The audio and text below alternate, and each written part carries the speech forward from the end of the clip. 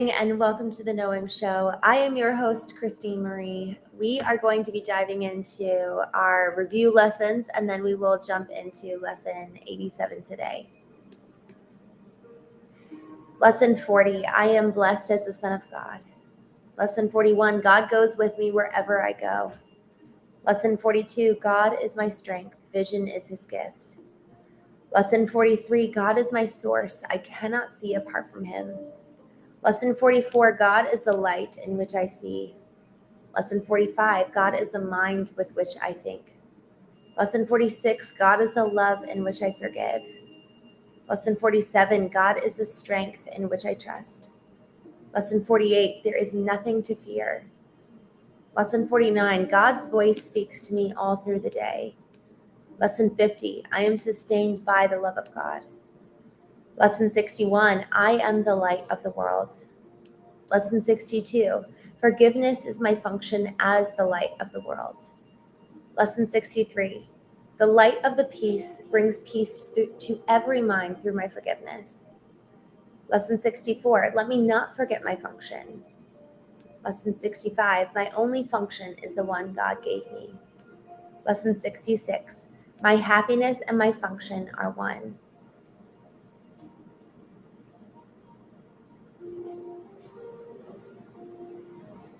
I think that there's an animal outside my door. It's like very loud. Sorry. Like, is there a person or an animal outside? Lesson 68, love holds no grievances. Lesson 69, my grievances hide the light of the world. Lesson 70, my salvation comes from me. Lesson 71, only God's plan for salvation will work. Lesson 72, holding grievances is an attack on God's plan for salvation. And now we're on to lesson 73. I will there be light, and this is one of our deeper dives for today. I will use the power of my will today. It is not my will to grope about in darkness, fearful of shadows and afraid of things unseen and unreal. Light shall be my guide today. I will follow it where it leads me, and I will look only on what it shows me. This day, I will experience the peace of true perception. These forms of this idea would be helpful for specific application. This situation or circumstance cannot hide the light I will to see. You stand with me in light. Insert name. In the light, this will look different. This will look different. They use will interchangeably a couple times.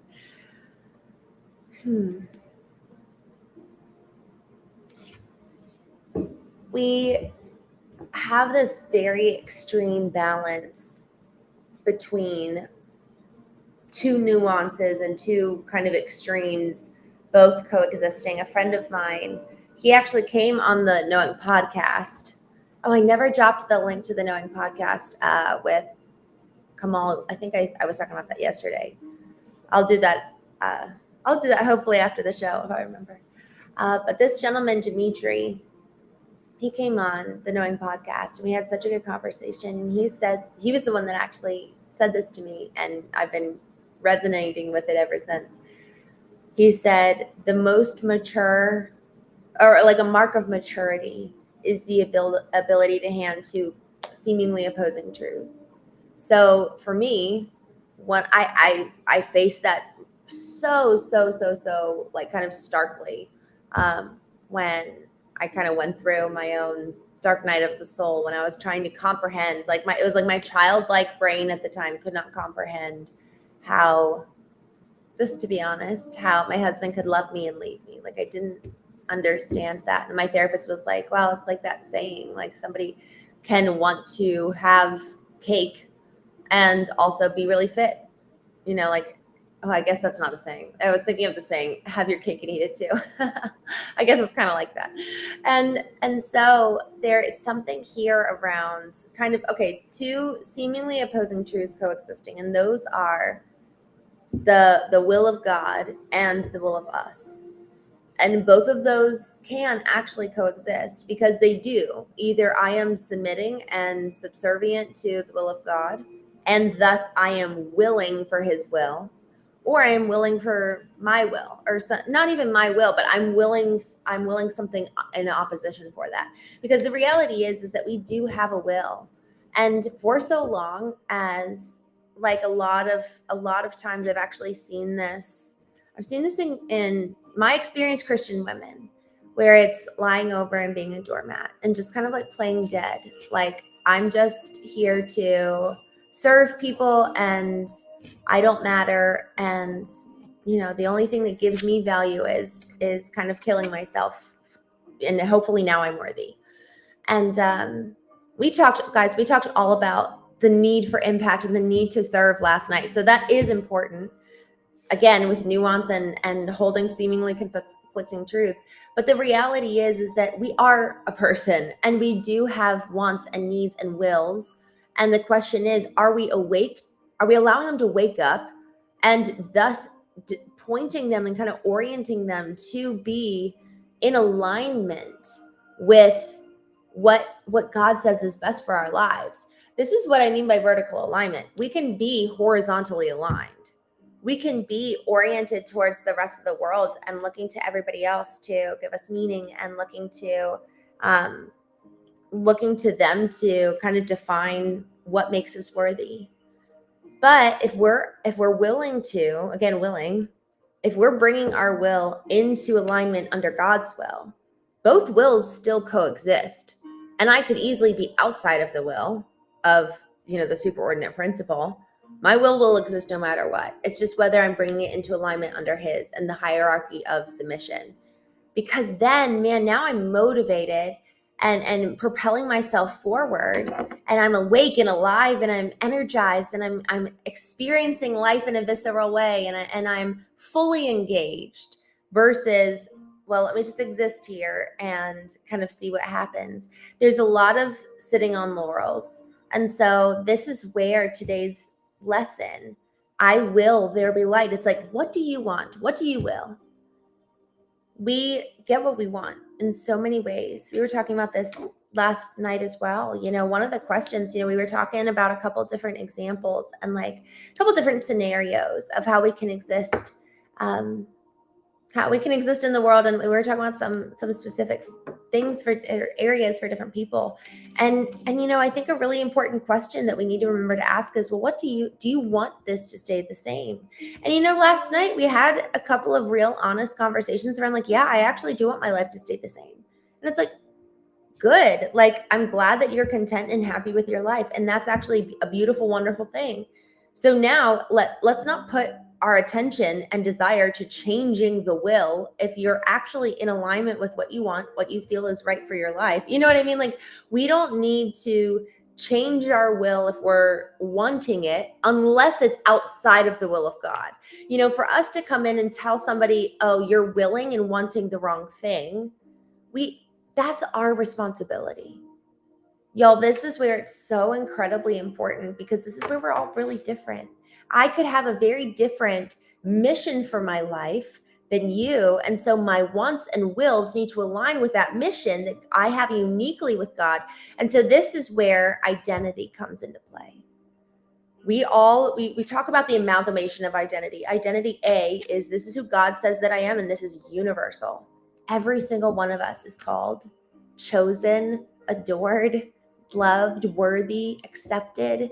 And so that's identity. Identity B is, who was I uniquely made to be? Why am I here? And that's where really that will comes into play. But you know what? We can also choose to align our will with who God says that we are, and say, you know what? I'm going to believe that over, even horizontally. We could be in a terrible situation. And really, there's been times where it's like our alignment with the identity that God gives us is really being threatened. And it's like, no, I will believe this. Like, we're willing for the truth to be remembered and hidden in our hearts, to then be able to be manifested when we really need it. And so our will needs to be in alignment with God's, but also bringing our wants and needs into submission under our will, because we have them. And we were talking about the law of attraction and the power of cause and effect. All of that is so real. So if I'm not acknowledging what I deeply want and need, I'm not giving voice to it, I'm not awakening it, and thus I'm not actually able to bring it into alignment.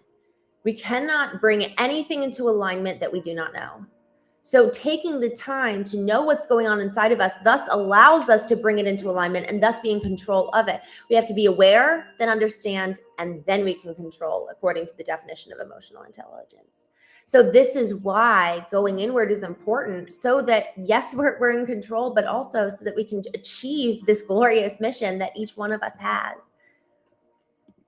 Moving on to lesson 74. There is no will but God's.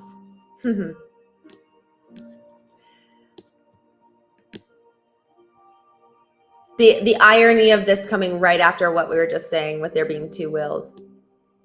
I'm going to read it and then let's talk about it. I am safe today because there is no will but God's. I can become afraid only when I believe there is another will. I try to attack only when I am afraid, and only when I try to attack can I believe that my eternal safety is threatened. Today I will recognize that all of this has not occurred. I am safe because there is no will but God's. These are some useful forms of this idea for specific application. Let me perceive this in accordance with the will of God. It is God's will. You are his son, insert name, and mine as well. This is part of God's will for me, however I may see it. All right, so lesson 73 says, I will, there be light. I will use the power of my will today. Lesson 74 says, there is no will but God's. And so this is where, what's interesting. So you guys obviously can't see it, but in the bottom where she's talking about specific applications, she says, these are different thoughts that might be helpful for you for lesson 73, which is, I will, there be light. And she says, this cannot hide the light I will to see. So we're asserting our will. And then down below for lesson 74, there is no will but God's. One of these is, let me perceive this situation in accordance with the will of God. This is where it's the nuance and it's the capital T truth example. What are the capital T truths, but then still little t truths?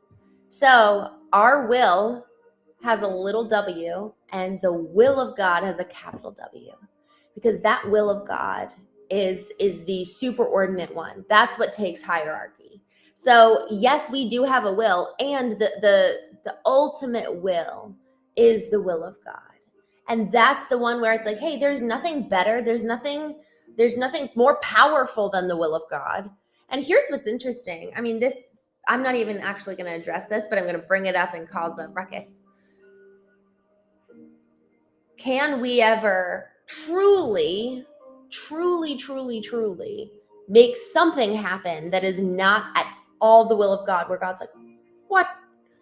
And thus the question is, okay, so then if we can't do that, if we never catch him by surprise, if he already knows, how does that all work? And this is where it gets like very existential, and I'm not going to address this question because I don't know. I have my theories, but I don't want to distract from kind of the topic at hand. Y'all, at the end of the day, it's a reminder that God's will is the ultimate will. His will is the best will. And ultimately, basically, I think of it as this way. It's almost like anything that I'm willing outside of God's will is going to be kind of an illusion. It's like, well, that's just silly. Why would I go and invest and seek for something that's not going to bring life? Seek something that will not induce peace. Seek something that will not bring joy. And so that is where it's like there's no will but God's. It's like God's will is the supreme, is the ultimate, is the most lasting and beautiful. And when we really kind of think about it, it's like, okay, there really isn't another will besides his, in the capital T will and the capital T truth. And frankly, I'd love to hear y'all's perception of these two verses in conflict, because not in conflict, but in concert together. When we read these, we read them in isolation. And now to read them back to back, I'm like, ooh, it seems opposition, but I think that's my understanding right now. And I'd love to hear y'all's take. So with that, I'm going to jump in the chat. Wayne, good morning. Good morning, my friend. Steven, good morning. Soups, no, I'm not AI. Drew, good morning. Just in time. Good morning. I'm glad you're here. Rick Norman, good morning. Fatir, good morning. Thanks for hanging out. George's, yes, my friend. I'm glad you're here. Josh. Luis, good morning. Victory, good morning. Peter Cortez, thanks for hanging out with us. Mike G, do you ever go fishing? Oh gosh, I've gone fishing a handful of times, but I don't go frequently, but it sounds fun. Michael, oh, I love this. Maturity is when you can walk away from an argument and just look at people, and in the back of your head, I need to read the whole comment before I start saying this is great advice. But I will say, Michael, I agree with you when you're saying maturity is that you can walk away from a conversation.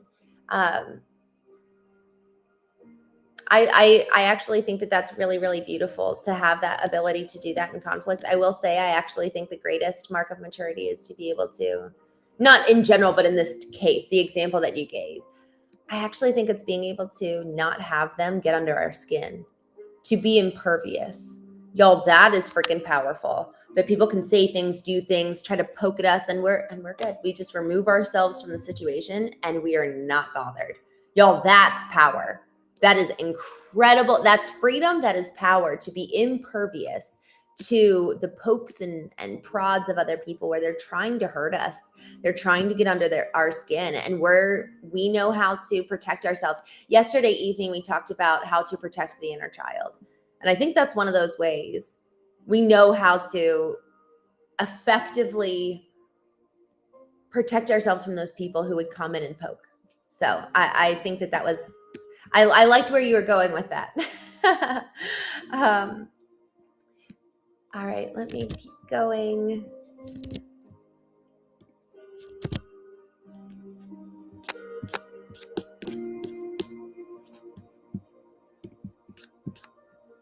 Dilbert, good morning. Andra, hi. I'm glad you're here.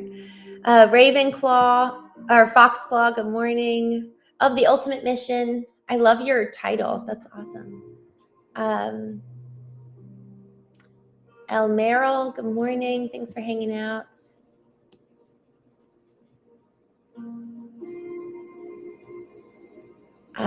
Alexis, good morning. I'm putting you on timeout because we just don't talk like that. Jerry, good morning. Patrick, Image, Nick, good morning. Taylor Swift, or Trailer Swift. That's funny how I just had that like in my head. Tiago, say hello to Brazil. Good morning. Control is an illusion. You don't even know if you're going to die in the next 5 minutes, Patriot said. That's a layer of complexity, man. Mr. Special Forces, good morning. I have not, but thanks for hanging out with us. All right, I am going to scroll down. David Russell, illusion. Thank you for helping me. All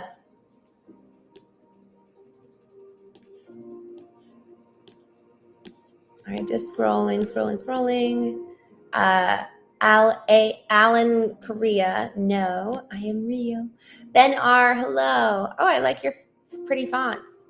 I'm doing good. I went to bed super late last night working on a project for work. So it was rough getting up this morning, and I woke up and I just, honestly, this is one of those mornings where I rolled out and rolled here. And so I'm doing well. I had this thought last night, and I'm glad I did because it actually was helping me this morning. So I'm in Phoenix. I'm on the West Coast this weekend. Well, not really West Coast, but West Coast time. So I'm in Phoenix, and it's 3 hours earlier, obviously. And it was just a really good, I went to bed at, at 6 a.m. my time, and I went to bed at, 1:40 last night, which for most people isn't bad, but I was tired. And I was reminding myself last night, like, I never want to take for granted the things that I get to do that have become ordinary. Guys, every time I jump on with you, every time that we eat, every time we get to work out, even Peter, you said this, like, we don't know. control is an illusion. We don't know what the next 5 minutes is going to bring. And so let me be grateful for every moment of the now. Let me be grateful for every gift that I can experience right here, right now. And so this is a gift, all of us being together. The fact that someone from Brazil is here, and from like literally people from all over Australia. We've never had anybody, I don't think, from Thailand, but we've had people from so many countries, Afghanistan, Pakistan. We've had so many Israel. We've had so many Palestine. We've had so many people from so many different areas. And so I'm so grateful for the fact that we can gather here and experience, this is the thing, experience unity, because the world is so broken right now. The world is so hurting. There's so much division. And this is where it's like, oh, let me actually remember what is more true than what is happening in the physical world. That's the capital T truth, happening more true than anything else right now. Because what these people, these leaders of countries, they look like they've got all the power, but at the end of the day, there is no will but God's. And at the end of the day, literally on the other side of this life, we'll kind of experience, I think we're going to experience a lot of respite from this in so many ways. Henry says, would your will be whatever God's will is? It's so funny. I was thinking about this just 2 days ago. Yeah, I want it to be. I think that's the thing. That's what we have to ask. Like, is my will actually in alignment? Would I be willing to do what God wills, even if it's hard or scary or not at all what I want? Am I willing to bring my wants over into that, you know, and align everything under the superordinate principle of what God wants and wills? Traf, good morning. Jose, good morning. Gooey. Oh my. What an interesting title you have of your name. King Charles, good morning. Rocket. Good morning, Bradley's. Thanks for hanging out. I'm glad you're here. John Jackson, good morning.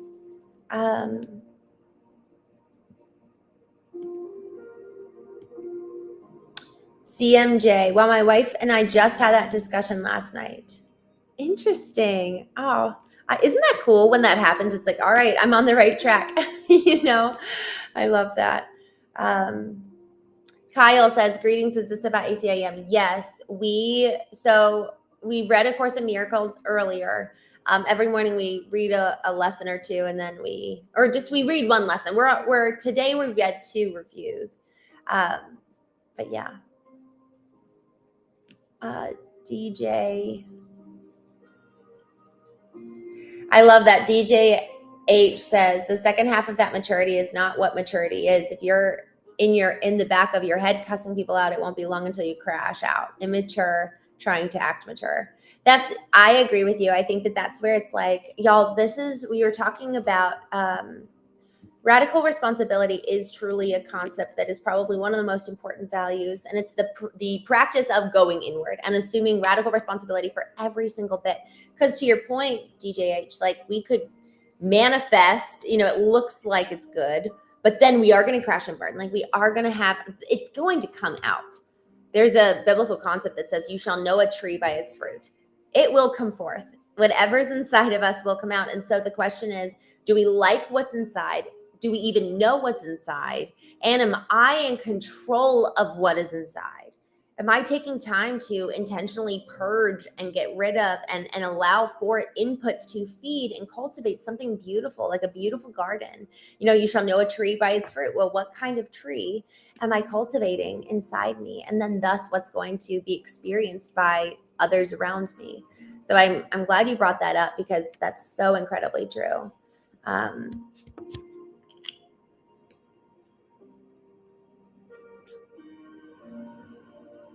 Attitude of gratitude, Wayne says. I love that. Yes. I love that you say that. I had this moment, gosh, like the fall of 2024. It was one of those moments, where you just remember. I really felt like God told me gratitude is the antidote. And y'all, that has been more true in my life than most anything. It is, am I going to choose to see this person for everything wrong that they're doing, everything I'm annoyed that they're doing? Or am I going to look at them with gratitude? And man, I would actually choose the annoyances than not have them in my life. So therefore, let me actually just be grateful for them. And that flipped everything on its head. Gratitude is the antidote. And it's been one of those like little mantras that has really stuck with me and I really abide by, because we get to choose. Am I going to look at this person with a heart of gratitude, or am I going to look at them with a heart of frustration or fear or anger? So we get to choose how we look at people. We get to choose what we focus on. And so if we're focusing on gratitude, we're going to find more things to be grateful for. If we're choosing on frustration, we're going to find more things to be frustrated by. We find what we're looking for every time. So I love that you kind of double clicked on that. American, like and subscribe, guys. Oh, thank you. Max, anyone from Bangladesh? Nice. Thanks for hanging out.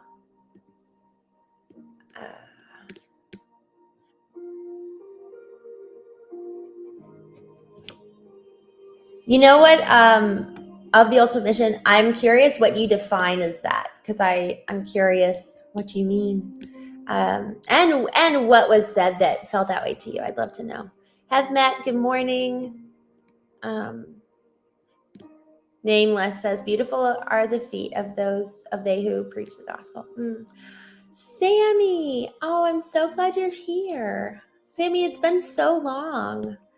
So Sammy is a friend of the Knowing Show. He came on, gosh, it must have been probably going on 3 months. Sammy came on a couple months ago, and it was the date of the day when he had his accident.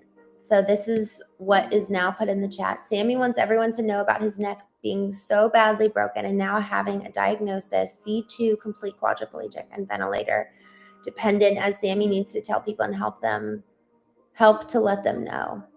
Sammy, I am with you. I'm so glad to hear from you. I'd love to hear, if there's been any, I don't know. I'd love to just hear how you're doing. I know that it's been really, really hard these past, a couple of years now. I think it's been 2 years since your accident. And I'm wondering if you're finding any joy and choosing any joy these days. I think of you often, and people ask about you, Sammy. So you're really, really loved. And I'm so glad you're here. Mark Runyon, hello, good morning. Frank, every step I take, God is guiding me. Michael Adams, I love the glasses. Thank you. And Bradley's. I love that. Well, it always makes me I really genuinely pay attention to the folks who are on here on a regular basis. So I thank you for coming on here and being a regular now. King Charles, I love that you're here. Thank you. All right. I am going to go ahead and jump off, y'all.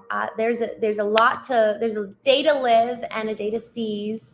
And y'all, there's so much to be grateful for. Like we were just saying, there's so much good. There's so much good. And we've got a lot truly to be grateful for. And the question is, are we going to focus on that? Are we going to focus on the bright spots and focus on the beauty? So with that, I'm just looking through here in the chat. Erdem, all of us have good and evil in us. Which one do you feed? I love that concept of feeding. Guys, we're nourishing a part of us, to your point. What part of us are we nourishing? Are we nourishing fear? Are we nourishing anger? Are we nourishing peace? Are we, the concept of the tree? The concept of the tree is, it's really, really beautiful, because there is something around like, you shall know a tree by its fruit. But how are you tending to the soil? How are you watering it? What are you putting it in sunshine? Are you actually taking the time to ensure that it's healthy? Or is it just barely surviving, and then the fruit that comes out is kind of the withered prunes and just dried up? Are you actually supplying your soil, yourself, your soul, your spirit with what you need to be able to live in accordance with the alignment that we may acclaim? One of the things that I think is important, just to that point, we have to know what we want. At the end of the day, we might say something, but if we're wanting something different, it's not going to be in alignment. And thus we're going to have a big disparity between what we say and what we want. One of the most helpful things to help me understand who I wanted to be was I wrote my eulogy. And I did that when I turned 30. So clue in for my age. I did that when I turned 30. And it really was so helpful. It served as a mirror for me. Who do I say that I want to be? And am I living that way? Am I actually on the trajectory to get me to be that person? So I reverse engineered it. Okay, if that's who I want to be at the end of my life, what do I need to do today? And we cannot assume we have so much time. I hope we do. I'd like to. I anticipate so. And man, okay, it's like I've actually heard this from like the greats in business, great CEOs, and they're like, what you say you're going to do in 10 years, why could you not do that in 6 months? And I've sat with that question, and there's actually been a number of things where I'm like, okay, I actually could realistically do that. Now, some things, you can't, but for a lot of things that we are looking way off into the future, we actually could do them way sooner. So that's my challenge for all of us today. How can we actually bring the things that we feel compelled to, want to do, feel passionate about? Why can we not bring that sooner? Why can we not bring that sooner into our life and really walk accordingly? So, Alil Bond, thank you for joining. Of course, The Ultimate Mission. Have you read it? Have you read A Course in Miracles? I'd be curious if you have, but yeah, I'd love to. And if you want to send me a note on Instagram, please do, because I'd love to hear more from you. Oh, Kyle, I'm so glad. Thank you for joining. He says, I really needed this right now. Thank you for hanging out with us. All right, y'all, have a wonderful day. The great one. I saw a note from Sammy. I think it was from one of his nurses. So I'm just giving, also, hi, great one. I'm glad to see your name. So I saw him here and it made me so happy, but I don't know if he still is. But Sammy, we love you if you're listening. All right, y'all, have a wonderful day. Bradley's, I just see your note. I sent you an email. Please check if your earliest communions. I will take a look. God bless Paxton. It took me a week to get back to him. So I will get back to you soon, I promise. But I'm so glad to have you guys here. Ultimate Mission, please send me a note on Instagram. I'd love to talk with you about it. And I'd love to hear if you've read it. At least the lessons. I haven't read the full book, so I can't speak to it, but I'd love to hear your perspective. All right, y'all, have a wonderful day. Thank you for hanging out with us, and I will see you. I actually, you know what? I've been going live every day in the evenings, but I think, I don't know if I'm going to go live tonight. I think I might just take the weekends to kind of feed my soul and feed my spirit. So I don't know if I'll be going live tonight. I guess we'll all find out. That's part of the reason why I'm excited to have the Knowing community, because then I can communicate with you guys outside of going live. But I don't know. We'll see. I'm realizing and remembering just how important it is talk about nourishing and feeding us, how important it is to just really feed and nourish myself so that, these conversations can be quality and we can have real substance and have good conversations. And, anytime I'll just be honest, anytime I've gotten frustrated by a comment, it's a mirror for me that I'm actually not in alignment.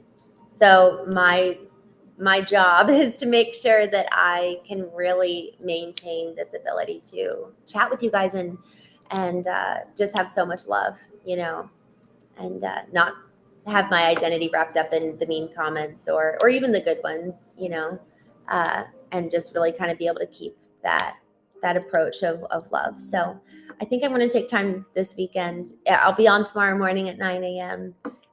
But I've also got some planning to do, the Knowing community, which I'm super excited about. I met with my mentor for a little bit about it yesterday, and I'm feeling really excited. April 9th is going to be the first day.